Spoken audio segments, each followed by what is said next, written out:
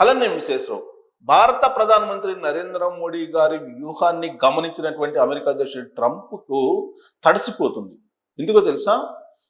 United Arab Emirates leader భారతదేశానికి వచ్చారు. 2 గంటల పాటు నరేంద్ర మోడీ గారితో భేటీ అయ్యారు. గ్యాస్ వాణిజ్య ఒప్పందం 2 కుదుర్చుకొని వెళ్ళారు.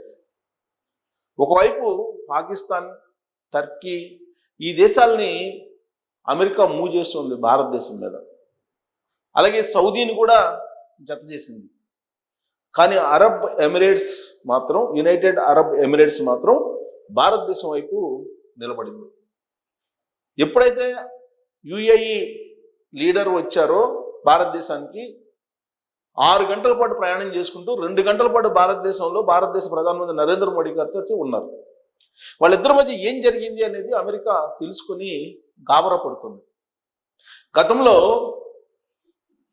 పుతిన్ అలాగే నరేంద్ర మోడీ గారు ఇద్దరు కారులో కూర్చొని వెనక ఉన్నటువంటి ఫోటోని అమెరికా అధ్యక్షుడు ట్రంపే ట్రోల్ చేశారు.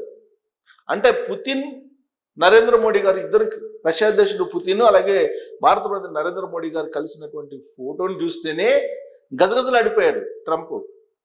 ఇప్పుడు United Arab Emirates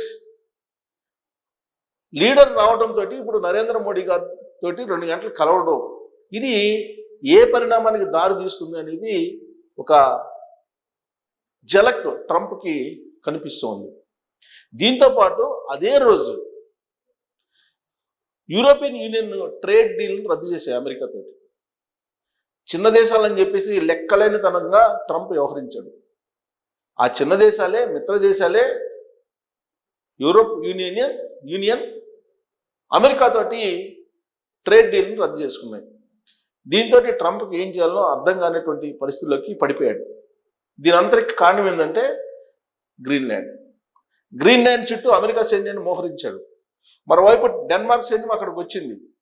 in case Greenland కనుక ఆక్యుపై చేస్తే అమెరికా నెక్స్ట్ చుట్టుపక్కల ఉన్నటువంటి మిగతా దేశాల ఆక్రమణకు కూడా గురయ్యేటువంటి అవకాశం ఉంది. ఆ దేశాల జోలికి కూడా వెళ్ళేటువంటి అవకాశం ఉంది అమెరికా. ఇప్పుడున్నటువంటి పరిస్థితుల్లో అమెరికా అప్పు నుంచి బయటపడాలంటే చిన్న చిన్న దేశాల్లో ఉన్నటువంటి నిధి నిక్షేపాలు, అక్కడ ఉన్నటువంటి ఖనిజ సంపద ఇదంతా కావాలి. దాన్ని ఓన్ చేసుకుంటే తప్ప అప్పులు తీరేటువంటి పరిస్థితి లేదు. అందుకే ఇప్పుడు అమెరికా గ్రీన్లాండ్ లాంటి దేశాలు, వెనుజులా లాంటి దేశాల మీద పడుతూ ఉంది. మరి వెనుజులా అధ్యక్షుడిని కిడ్నాప్ చేసి జైల్లో పెట్టినప్పుడు యూరోప్ కంట్రీస్ నిమ్మకుండిపోయాయి. గ్రీన్లాండ్ విషయంలో కూడా నిమ్మకుండిపోతే ఆ తర్వాత సెగ వాళ్ళకే తగులుతుంది. అందుకే అమెరికాతోటి ట్రేడ్ డీల్ రద్దు చేసుకున్నారు. మరోవైపు యునైటెడ్ అరబ్ ఎమిరేట్స్ అమెరికాకి వ్యతిరేకంగా భారతదేశంతో జతకట్టింది.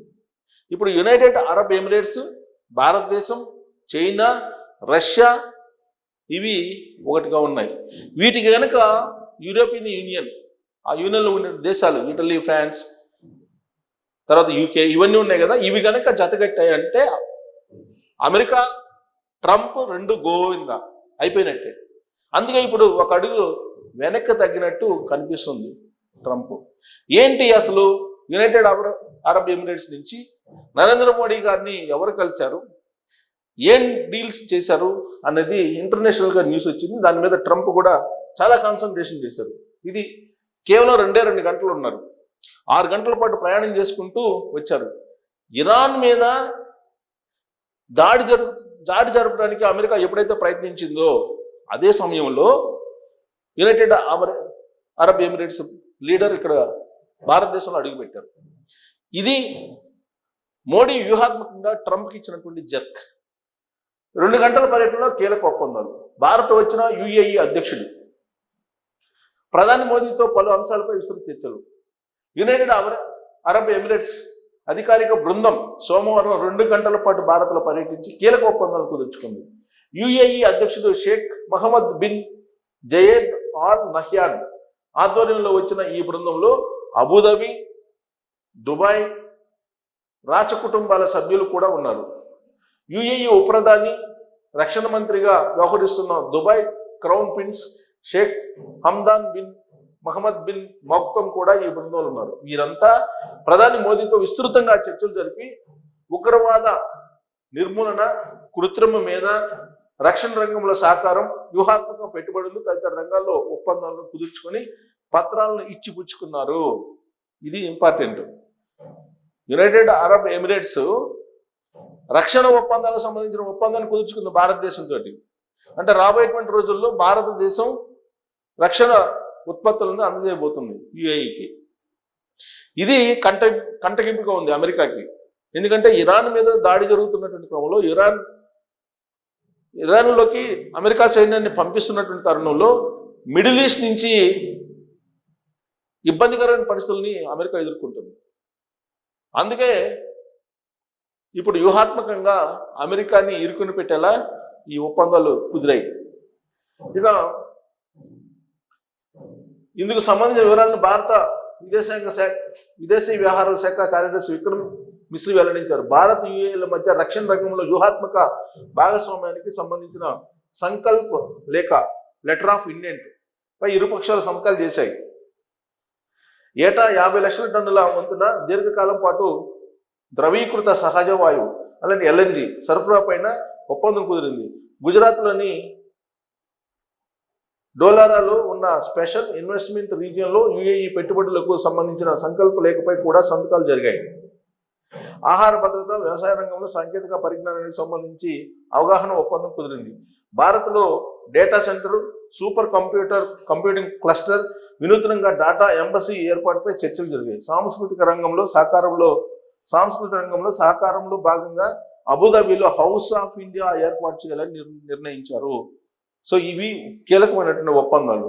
ఇక ట్రేడ్ డీల్ రద్దు చేసుకున్నాయి యూరోపియన్ కంట్రీస్. అమెరికాపై యుయు ట్రేడ్ బజూకా. ట్రంప్ విధించినటువంటి గ్రీన్ ల్యాండ్ టారిఫ్ పై మండిపాటు, బదులుగా అమెరికాపై ప్రతీకార సుంకాలు వేసే ఛాన్స్. యూరోప్ దేశాల్లో అమెరికా పెట్టుబడులకు అడ్డుకట్ట. ఎల్లుండి నిర్వహించే భేటీలో నిర్ణయం. అమెరికా అధ్యక్షుడు డొనాల్డ్ ట్రంప్ తమపై విధించిన 10% గ్రీన్ ల్యాండ్ టారిఫ్ పై మండిపడుతున్న యూరోప్ దేశాలు అందుకు ప్రతిగా అమెరికాపై ట్రేడ్ బజూకాను ప్రయోగించే అంశంపై మల్లగొల్లాలు పడుతున్నాయి. ఈ ప్రతిపాదనకు ఫ్రాన్స్ సుముఖంగా ఉండగా జర్మనీ మాత్రం దాన్ని ఇప్పటికిప్పుడు అమలు చేయకుండా ఆచితూచి వ్యవహరించాలని అమెరికాను భయపెట్టే ఆయుధంగా దాచి ఉంచాలని వాదిస్తుంది. బ్రిటన్ ప్రధాని కీర్ స్టార్మర్ కూడా వాణిజ్య యుద్ధాల వల్ల ఎవరికి ఉపయోగం ఉండదని అభిప్రాయపడుతున్నారు. దీనిపై తాను ట్రంప్తో వ్యక్తిగతంగా మాట్లాడానని, మీరు చేస్తున్నది తప్పు అని కూడా చెప్పానని స్టార్మర్ తెలిపారు. గ్రీన్లాండ్ను తన ఆధీనంలోకి తెచ్చుకునేందుకు అమెరికా చేస్తున్న ప్రతిపాదనలను వ్యతిరేకిస్తున్న Denmark, France, Germany, UK, Norway, Sweden, Finland, Netherland దేశాలపైన ట్రంప్ 10% అదనపు సుంకాలను ప్రకటించారు. జూన్ నుంచి ఈ అదనపు సుంకాలను 25% పెంచుతామని, గ్రీన్లాండ్ అమెరికా ఆధీనంలోకి వచ్చే వరకు సుంకాలు కొనసాగిస్తామని ట్రంప్ పేర్కొన్నారు.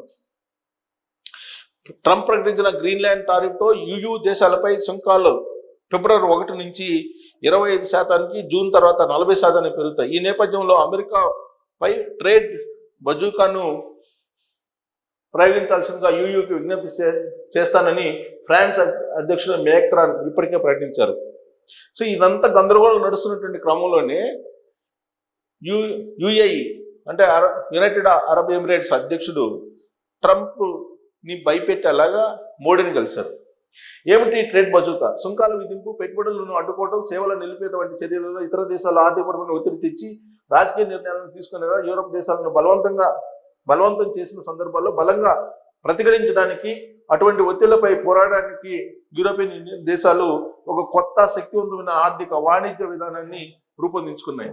దాని పేరు యాంటీ కొయర్షన్ ఇన్స్ట్రుమెంట్, ACI. దీన్నే ట్రేడ్ బజూకాగాను వ్యవహరిస్తున్నారు. 2023 చివరి నుంచి ఇది అమల్లోకి వచ్చింది. పాలిటిక్స్ కోసం ఎకనామిక్స్ ను వాడే దేశాలపై EU ప్రయోగించే శక్తివంతమైనటువంటి ఆయుధం ఇది. ట్రేడ్ బజూకా ఎలా పనిచేస్తుంది? తమపై ఆర్థిక ఒత్తిడి తెచ్చేందుకు ప్రయత్నిస్తున్న అమెరికా నుంచి దిగుమతి చేసుకునే వస్తువులపై అదనపు సుంకాలు విధించడానికి, అమెరికన్ కంపెనీలేవి EU ప్రభుత్వ కాంట్రాక్టర్లు పొందకుండా నిలువరించడానికి, యూరోప్ దేశాల్లో అమెరికన్ పెట్టుబడులను పరిమితం చేయడానికి, అమెరికా భారీగా లాభాలు తెచ్చే సేవల రంగాల్లో EU మార్కెట్లోకి అమెరికా కంపెనీలకు ప్రవేశాన్ని నిలిపివేయడానికి ట్రేడ్ బాజూకా ఒక ఆయుధంలా యూయూకి ఉపయోగపడుతుంది. సాధారణంగా రెండు దేశాల మధ్య వాణిజ్యపరమైనటువంటి విభేదాలు తగాదాలు వస్తే ప్రపంచ వాణిజ్య సంస్థ ఆ తగువ తీరుస్తుంది. ఆ ప్రక్రియ చాలా నెమ్మదిగా ఉంటుంది. దానికన్నా వేగంగా చర్యలు తీసుకునే అవకాశాన్ని ఈ ట్రేడ్ బజూకా యూరోప్ దేశాలకు కల్పిస్తుంది. సో ఈ ట్రేడ్ బజూకా తోటి ట్రంప్ అమెరికాని టోటల్గా నేలమట్టానికి తీసుకెళ్తాడు, డౌటే లేదు. ట్రంప్ సుంకాల రంకెల నేపథ్యంలో దీనిపై చర్చించేందుకు యూఏ నేతలు గురువారం బసెల్స్లో అత్యవసర శిఖరాగ్ర సమావేశం నిర్వహించడానికి సిద్ధమయ్యారు. ట్రంప్ తమపై విధించిన సుంకాలకు బదులుగా అమెరికా ఉత్పత్తులపై 9,300 కోట్ల యూరోల అంటే దాదాపు 9,78,000 కోట్ల సుంకాలు విధించాలని యూయూ దేశాలు గతంలో నిర్ణయించాయి. సుంకాల యుద్ధాన్ని నివారించడానికి ఈ నిర్ణయం అమలును యూయూ 6 ఏళ్లు వాయిదా వేసింది. గురువారం జరిగే భేటీ ఎక్కువ దేశాలు ఈ టారిఫ్ల ప్యాకేజ్ అమలుకు ఆమోదం తెలిపితే ఫిబ్రవరి 6 నుంచి ఈ సుంకాలు అమల్లోకి రావచ్చు. సో అదే జరిగితే ఒకవైపు యూయూ అంటే యూరోపియన్ యూనియన్, ఇంకొక వైపు యుఏఈ యునైటెడ్ అరబ్ ఎమిరేట్స్ ఇవి కనుక కలిసి రష్యా చైనా భారతదేశంతో జట్టు కడితే అమెరికా మునిగిపోవడం ఖాయం. ఏదైతే ట్రంప్ అన్నారో డెడ్ ఎకానమీ రష్యాది ఆ భారతదేశాన్ని అని, అది రివర్స్ అయ్యే అవకాశం ఉంది. అమెరికాదే డెడ్ ఎకానమీ, అమెరికా కుప్పకూలిపోతుంది అనేది. యూరోపియన్ యూనియన్ యుఏఈ అలాగే యూరోపియన్ యూనియన్ ఈ రెండు ఈ అగ్రదేశాలుగా ఉన్నటువంటి రష్యా చైనా భారతదేశంతో కనుక జట్టు కడితే డాలరేతరమైనటువంటి వాణిజ్యం వచ్చే అవకాశం ఉంది. డాలర్ అనూహ్యంగా కుప్పకూలే అవకాశం ఉంది. అప్పుడు బంగారం రేటు అమాంతం 2 లక్షలు దాటిపోయినా ఆశ్చర్యపోవసం. సో కాబట్టి ఎల్లుండి అంటే గురువారం ఏం జరుగుతుంది అనేది ట్రేడ్ బజూకా నిర్ణయిస్తుందా యూయూ అనే దాని మీద ఆధారపడి ఉంటుంది అమెరికా యొక్క భవిష్యత్తు. సో అమెరికా భవిష్యత్తు ఎల్లుండి తేలబోతుంది.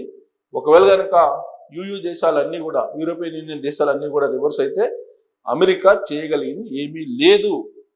సపోర్ట్గా వాళ్ళకి ఈ 3 దేశాలు ఉన్నాయి.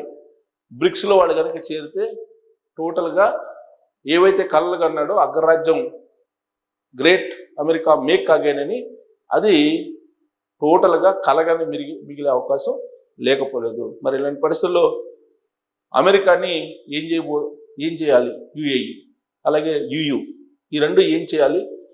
ట్రేడ్ బజూకా కారణంగా అమెరికా కుప్పకూలే అవకాశం ఉందనే దాని మీద మీరు కామెంట్ చేయొచ్చు. Thank you.